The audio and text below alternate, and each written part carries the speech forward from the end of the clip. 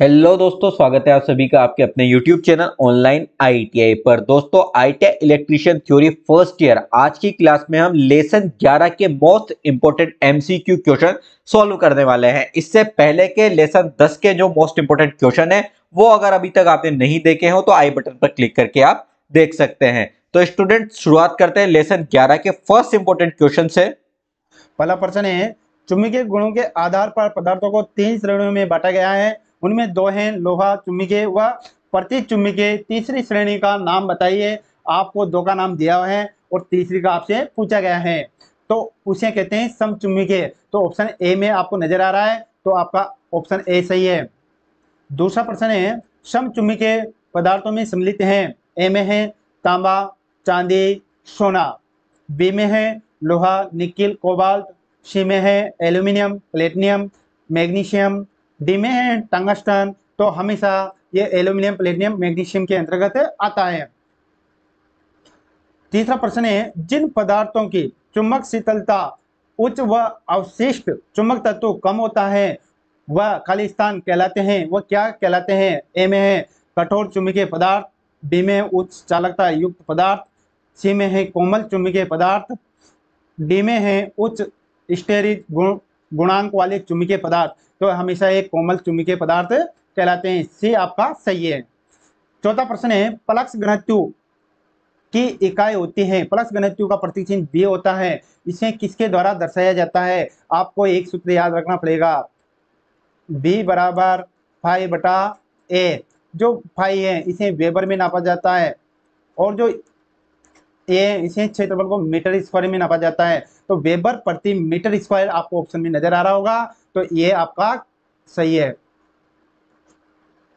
पांचवा प्रश्न है, क्षेत्र सामर्थ्य, इसका जो प्रतीक चिन्ह आपको दिया है एच की इकाई होती है। इसकी इकाई क्या होती है यह आपसे पूछा गया है। ए में है एम्पियर टन। बी में है एम्पियर प्रति मीटर। सी में है एम्पियर टन प्रति मीटर और डी में है वेबर। तो इसकी हमेशा इकाई एम्पियर टन प्रति मीटर होती है, तो सी आपका सही है।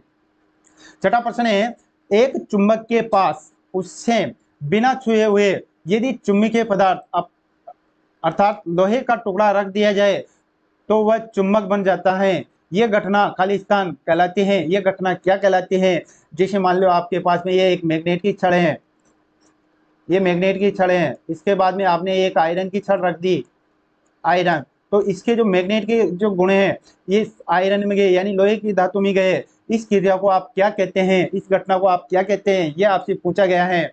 ए में स्टीरिज, बी में है प्रेरण, सी में अपघटन और डी में विद्युत विश्लेषण। तो हमेशा इसे प्रेरण यानी इंडक्शन के नाम से जानते हैं, तो बी आपका सही है। सातवां प्रश्न है, चुंबकीय क्षेत्र में किसी चुंबक द्वारा अनुभव किया गया बल खाली स्थान कहलाता है। ए में आकर्षण बल, बी में चुंबकीय बल, सी में है क्षेत्रीय बल, डी में विकर्षण बल। तो ये चुंबकीय बल के नाम से जानते हैं, तो बी आपका सही है। आठवां प्रश्न है, किसी चुंबकीय क्षेत्र में उपस्थिति कुल चुंबकीय बल रेखा उस क्षेत्र का चुंबकीय खाली स्थान कहलाती है। क्या कहलाती है? ए में क्षेत्र, बी में फ्लक्स, सी में सामर्थ्य और डी में है चुंबक शीतलता। तो हमेशा फ्लक्स कहलाती है। बी आपका सही है। नवा प्रश्न है, एक वेबर फ्लक्स खाली स्थान के तुल्य होता है। एक वेबर फ्लक्स किसके बराबर होता है? ये आपसे पूछा गया है। ए में है 10 के घात 3 लाइन, बी में है 10 के घात 6 लाइन्स, सी में है 10 के घात 8 लाइन्स, डी में है 10 के घात -8 लाइन्स। तो हमेशा ये 10 के घात 8 लाइन्स होता है, तो सी आपका सही है। 10वां प्रश्न है, चुंबकीय फ्लक्स घनत्व की CGS पद्धति में इकाई है। तो यहाँ फ्लक्स घनत्व की CGS पद्धति में आपको इकाई पूछी गई है। ए में है वेबर प्रति मीटर स्क्वायर, बी में गास, सी में न्यूटन प्रति मीटर, डी में है मैक्सवेल। तो ये गास होती है, तो आपका बी सही है। 11वां प्रश्न है, किसी चालक में धारा प्रवाह के कारण उसके चारों ओर चुंबकीय क्षेत्र उत्पन्न होता है जिसकी दिशा ज्ञात कर सकते हैं।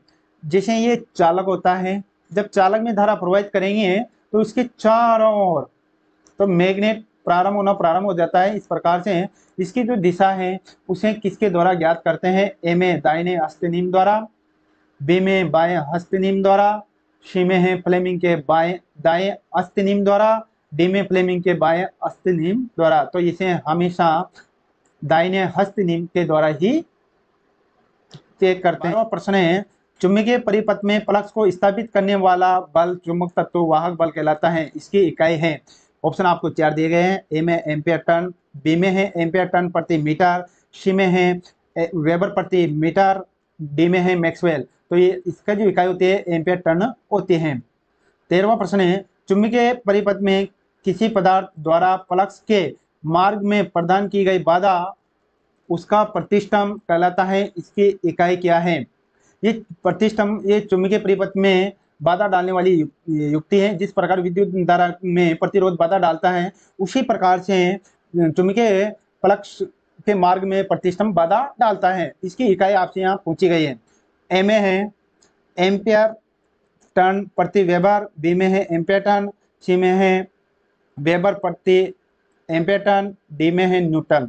तो यह हमेशा एम्पियर टर्न प्रति वेबर होती है। ये आपका सही है। 14वां प्रश्न है, चुंबकीय परिपथ में फ्लक्स को स्थापित करने के गुण कहलाता है।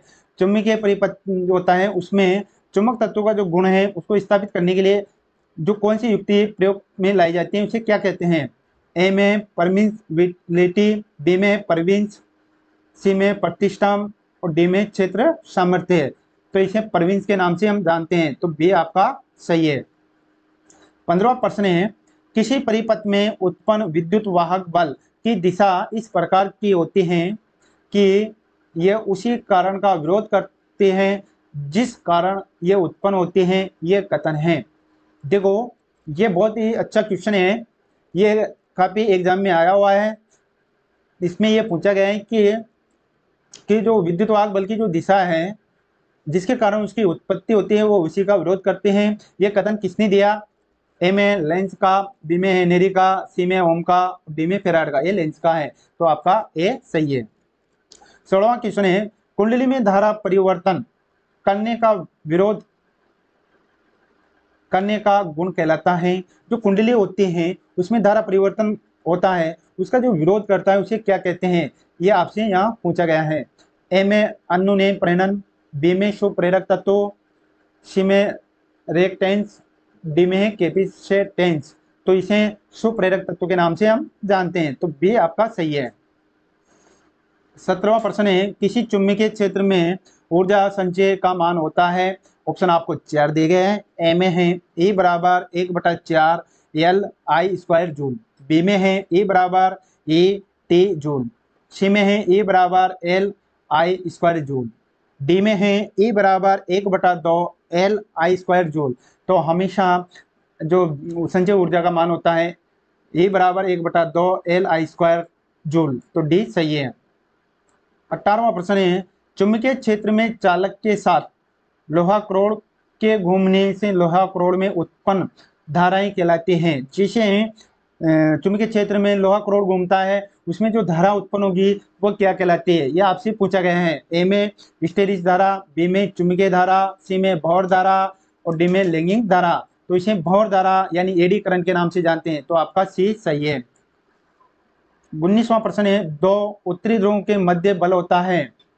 दो उत्तरी ध्रुव ये समान ध्रुव हैं। समान ध्रुव पर हमेशा प्रतिकर्षण ही होता है। तो आपको ऑप्शन विकर्षण दिया हुआ है। तो आपका डी सही है। 20वां प्रश्न है, एक शुद्ध प्रेरणिक परिपथ में ऊर्ध्वाधर के बीच कला कोण होता है। एक शुद्ध प्रेरक परिपथ में तो यह हमेशा धारा और वोल्टेज के बीच कला कोण का मान हमेशा 90 डिग्री होता है। तो ऑप्शन आपका सी सही है।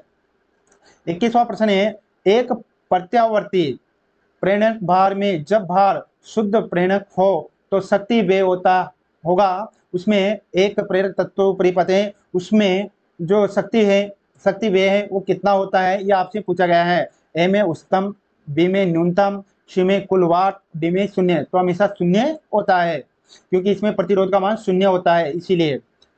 22वां प्रश्न है, डिस्क धारा परिपथ में शक्ति गुणांक का मान होता है। ऑप्शन आपको 4 दिए गए हैं। ए में 0.5 लॉन्गिंग, बी में है 0.5 लीडिंग, सी में है 0.8 लैंगिंग और डी में सदैव इकाई। तो हमेशा इसका मान सदैव इकाई होता है, तो डी सही है। 23वां प्रश्न है, एक असमान चुंबकीय क्षेत्र में चुंबकीय सुई रखने पर यह सुई अनुभव करेगी। ए में है केवल बल, बी में है केवल टॉर्क, सी में है बल व टॉर्क, डी में है न बल न टॉर्क। यह हमेशा बल और टॉर्क अनुभव करेगी, तो सी आपका सही है। 24वां प्रश्न है, चुंबकीय फ्लक्स घनत्व है, ए में है सदिश राशि, बी में अदिश राशि, सी में फेजर, डी में है उपयुक्त इसमें से कोई नहीं। ये हमेशा सदिश राशि होती हैं, तो ये आपका सही है। 25वां प्रश्न है, विद्युत चुंबक के लिए सबसे उपयुक्त पदार्थ है, ए में नरम लोहा, बी में है वायु, सी में है स्टेनलेस स्टील, डी में टंगस्टन स्टील। तो इसे हमेशा लोहे का ही प्रयोग करते हैं विद्युत चुंबक के लिए, ये सही है आपका। 26वां प्रश्न है, किसी टोरॉइड में यदि टर्नों की संख्या 3 गुना बढ़ा दिया जाए तो चुंबकीय फ्लक्स। आपसे यहाँ पूछा गया है कि जो आपकी एक बोबिन होती है उसमें टर्नों की संख्या आपने 3 गुना बढ़ा दी, 3 गुना, तो इसमें चुंबकीय फ्लक्स का मान पर क्या प्रभाव पड़ेगा। ए में अपरिवर्तित रहेगा, बी में 3 गुना बढ़ जाएगा, सी में है 1/3 हो जाएगा, डी में 0। तो हमेशा ये 3 गुना बढ़ जाएगा, तो बी आपका सही है। 27वां प्रश्न है, चुंबकीय क्षेत्र खाली स्थान के कारण स्थापित रहता है। चुंबकीय क्षेत्र किसके कारण स्थापित रहता है। ए में स्थिर आवेश, बी में केवल चल धन आवेश, सी में है केवल चल ऋण आवेश, डी में है धन आवेश व ऋण आवेश चल आवेश। तो आपका जो करेक्ट आंसर रहेगा वो डी सही है। 28वां प्रश्न है, फ्लेमिंग का दायां हस्त निम्न ज्ञात करने के लिए होता है। जो फ्लेमिंग का दायां हस्त नियम है किसको ज्ञात करने के लिए इसका प्रयोग करते हैं। ए में फ्लक्स की दिशा ज्ञात करने के लिए, बी में जनित्र के घूर्णन की दिशा ज्ञात करने के लिए, सी में है मोटर में धारा की दिशा, और डी में प्रेरित ईएमएफ की दिशा। तो हमेशा इसे प्रेरित ईएम की दिशा ज्ञात करने के लिए प्रयोग में लाया जाता है। 29वां प्रश्न है, एक क्षण चुंबक के चौरों और चुंबकीय बल रेखाओं की दिशा होती है। ए में है एक चुंबक से दूसरे चुंबक की ओर, बी में है दोनों ध्रुवों के से बल रेखाओं की दिशा की समान होती है, सी में है उत्तरी ध्रुव से बाहर दक्षिणी ध्रुव की ओर, डी में दक्षिणी ध्रुव से बाहर उत्तरी ध्रुव की ओर। तो ये हमेशा उत्तरी ध्रुव से बाहर दक्षिणी ध्रुव की ओर होते हैं, तो सी आपका सही है। अंतिम क्वेश्चन है, निम्न पदार्थों में लोहा चुंबकीय कौन सा है। तो ऑप्शन आपको 4 दिया गया है। लोहा चुंबकीय पदार्थ आपसे पूछा गया है। ए में है एल्यूमिनियम, बी में तांबा, सी में निकेल और डी में पीतल। तो ये निकेल है, तो आपका सी सही है।